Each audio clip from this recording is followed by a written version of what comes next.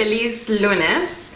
Volvemos hoy para nuestro estudio de Marcos. Estamos en el capítulo 8. Estaba contando cuántos capítulos nos quedan y aunque hagamos 3 capítulos a la semana, no vamos a terminar antes de agosto. Así que el estudio de Marcos va a seguir hasta fin de agosto y después díganme en los comentarios qué otro libro de la Biblia quieren estudiar. Yo ya he leído este capítulo y he hecho mis notas. Hagan lo mismo y vuelvan para leer el capítulo juntos.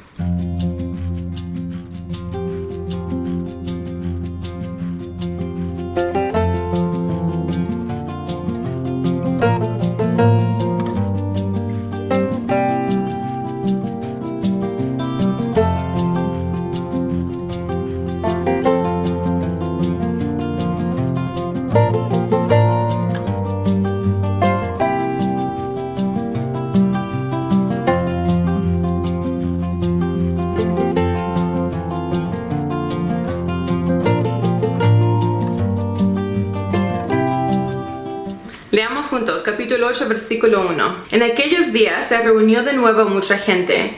Como no tenían nada que comer, Jesús llamó a sus discípulos y les dijo: Siento compasión de esta gente porque ya llevan 3 días conmigo y nadie tiene nada de comer. Si los despido a sus casas sin haber comido, se van a desmayar por el camino, porque algunos de ellos han venido de lejos. Los discípulos objetaron: ¿Dónde se va a conseguir suficiente pan en ese lugar despoblado para darles de comer? ¿Cuántos panes tienen?, les preguntó Jesús. 7, respondieron. Entonces mandó que la gente se sentara en el suelo.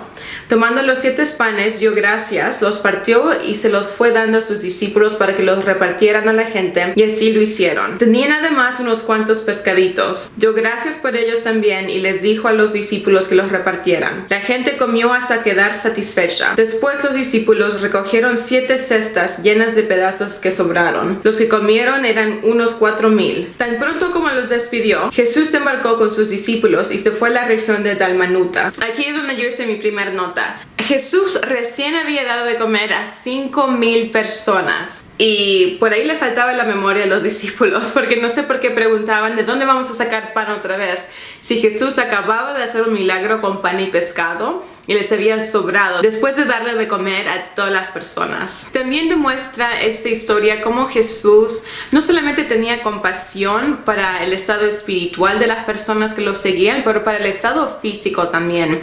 Él podía haber dicho: bueno, ellos decidieron seguirme por 3 días, es culpa de ellos si no tienen nada de comer. Pero en vez dijo: no, démosle de comer, me han seguido, algunos han venido desde lejos para escucharme. Y demuestra el tipo de líder que él era. Versículo 11. Llegaron los fariseos y comenzaron a discutir con Jesús.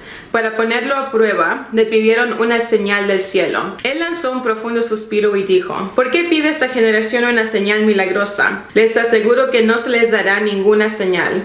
Entonces los dejó, volvió a embarcarse y cruzó al otro lado. La tercera cosa que me llamó la atención es cómo Jesús suspiró. Él no tenía miedo de demostrar sus emociones y me hizo acordar como cuando un niño viene y te sigue pidiendo la misma cosa y ya le has dado la misma respuesta. Usualmente uno ve a los padres suspirar y diciendo otra vez. Es como que los fariseos no aprendían porque no querían aprender o entender que Jesús no iba a caer en las trampas que ellos se ponían. Casi que me hacen acordar de las moscas, siempre molestando. Eso también es un buen recuerdo para nosotros, porque van a haber veces en nuestras vidas donde van a haber personas molestosas, creo que así se dice, molestosas, que nos dan vuelta y nos dan vuelta y nos dan vuelta para molestarnos, para tratar de hacernos caer, para tratar de controlar cómo otras personas nos ven. Te van a poner pruebas en tu vida. Y así como Jesús se dio cuenta que no importaba si pasaba la prueba de los fariseos, no importaba si les daba una señal del cielo, ellos no iban a creer y no lo iban a apoyar. Así que nosotros también tenemos que tener ese discernimiento en nuestras vidas de saber en cuáles pruebas en nuestras vidas tenemos que poner nuestras energías. Si Dios no te está pidiendo de hacerlo, suspira y sigue adelante. Versículo 14. A los discípulos se le había olvidado llevar comida y solo tenían un pan en la barca. Tengan cuidado, les advirtió Jesús. Ojo con la levadura de los fariseos y con la de Herodes. Ellos comentaban entre sí: lo dice porque no tenemos pan. Al darse cuenta de esto, Jesús les dijo: ¿por qué están hablando de que no tienen pan? ¿Todavía no ven ni entienden?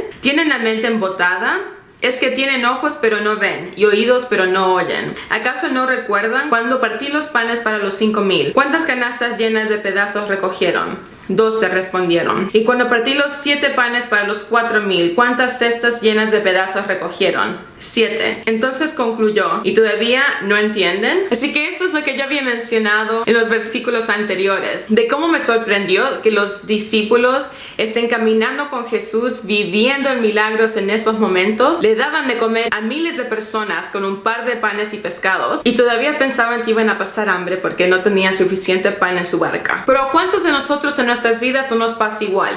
Que vemos un milagro o escuchamos una prédica que nos toca en ese momento, y a la semana otra vez estamos dudando que Dios va a proveer, estamos dudando que Él nos está guiando, estamos dudando de que Él nos va a ayudar en una situación. Aunque yo puedo leer esto y pensar, oh, esos discípulos ya se pasan, pero honestamente hay semanas que yo soy igual que ellos. Versículo 22. Cuando llegaron a Bethsaida, algunas personas le llevaron un ciego a Jesús y le rogaron que lo tocara. Él tomó de la mano al ciego y lo sacó fuera del pueblo. Después de escupirle en los ojos y ponerle las manos sobre él, le preguntó, ¿puedes ver ahora? El hombre alzó los ojos y dijo, veo gente. Parecen árboles que caminan. Entonces le puso de nuevo las manos sobre los ojos y el ciego fue curado. Recobró la vista y comenzó a ver todo con claridad. Jesús lo mandó a su casa con esta advertencia: no vayas a entrar en el pueblo. El punto que me llamó la atención en esta historia fue como Jesús no oró una vez, pero 2 veces para que este hombre vuelva a ver. Y es igual en nuestras vidas. Van a haber veces que vamos a orar por un milagro y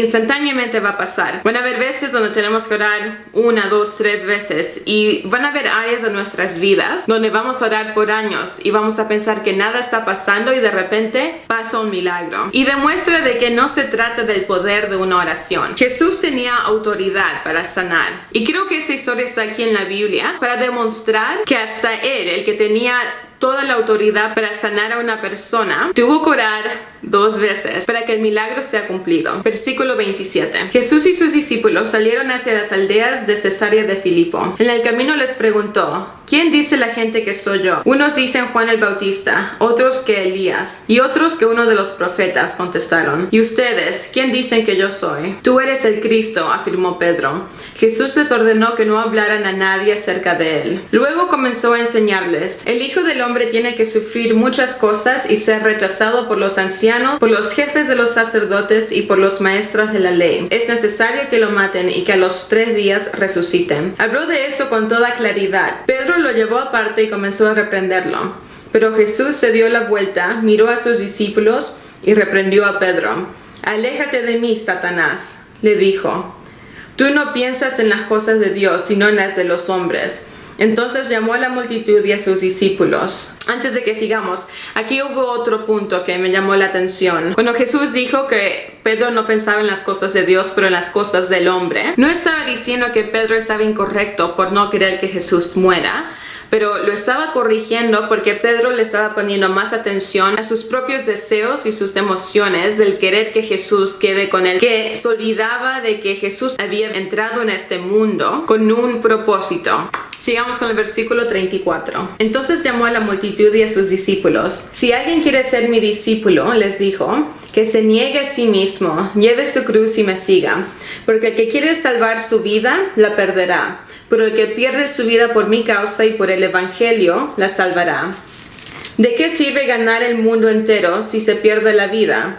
¿O qué se puede dar en cambio de la vida? Si alguien se avergüenza de mí y de mis palabras, en medio de esta generación adúltera y pecadora, también el Hijo del Hombre se avergonzará de él cuando venga en la gloria de su Padre con los santos ángeles. Mi último punto sale de esta historia. Me quedé pensando por un rato en lo que Jesús había dicho, porque el pensar de que Él dio su vida entera para que yo pueda tener acceso a Dios, para que yo pueda tener vida eterna, ¿cómo entonces yo puedo tener días o momentos donde me da vergüenza hablar de Él, o donde me da vergüenza hablar de los milagros que Él ha hecho en mi vida y de cómo yo siento su presencia conmigo? Me acuerdo hace un par de años, de repente yo me encontraba, no sé cómo se dice en español, watering down. Cuando tienes una jarra de jugo y le metes agua para hacerla menos dulce, más liviana, se dice watering down. Pero es una palabra que también aplicamos a nuestras vidas cuando no queremos que la gente piense que somos intensos o que somos religiosos, y lo hacemos para no ofender.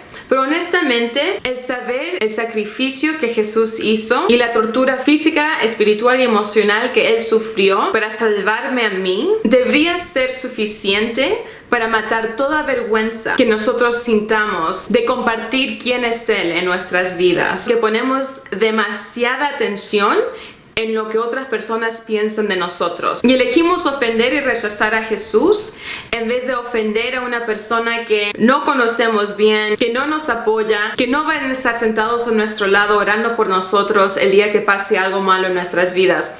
Porque honestamente, si tú dices, bueno, no quiero ofender a una persona cercana que me quiere, si te quieren, van a respetar tus opiniones, aunque no sean las mismas de las que ellos tienen. Y eso es algo que yo he cambiado en estos últimos meses, o diría en este último año. Ponerle menos importancia a lo que piensa la gente de mí y ponerle más importancia a no solamente honrar lo que Jesús hizo por mí, pero de ser alguien que demuestre la diferencia que hace aceptar a Jesús en nuestras vidas y aceptar el sacrificio que Él hizo por nosotros.